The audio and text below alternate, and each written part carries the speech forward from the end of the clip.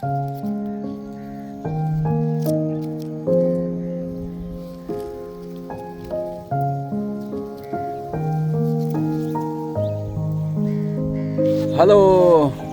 गाइजहरू, के छ यार?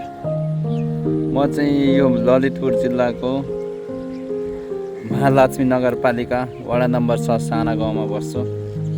सिद्धिपुर पनि भन्छ। म चाहिँ भेडा गोठालो जिन्दगी। यो भेडा मेरो टक्कसँग यो यतापट्टि देखिने मेरो फार्महरू। यता साइड विष्णु टोल पर्छ। विष्णु टोल माथि शङ्करदेवी भन्दै यो माथि देखिने टक्क यो देखिने चाहिँ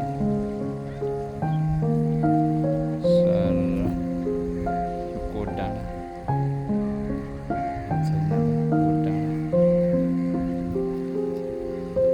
हो भने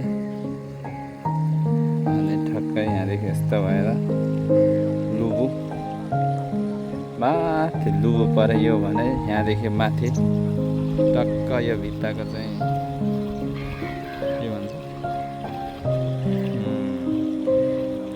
लामाटा ठक्क यो माथि देखिने चाहिँ लाखुरी भन्ज्याङ पिकनिक स्पोट छ यहाँ। अनि मान्छेहरू यसो ग्यादरिङ गर्न पनि जान्छ। ठट्ट यो देखिने सेतो होटेलहरू हो भने यो खै के डाँडा भन्छ। यस्तै छ साथी हो काठमाडौँको बसाइ। यो गोदावरीको खोला, यो चाहिँ बर्खामा धेरै ठुलो आउँछ क्या। अहिले चाहिँ सानो छ, पछि चाहिँ धेरै ठुलो हुन्छ।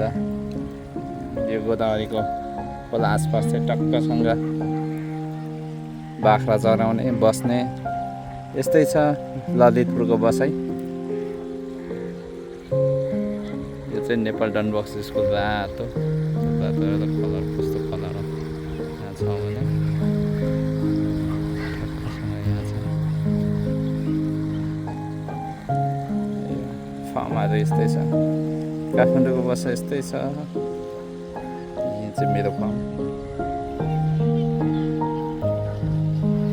टमाटर सब अस्ति मरेर यो बाढीले अस्ति बाढी आएको कारणले गर्दा यो मऱ्यो।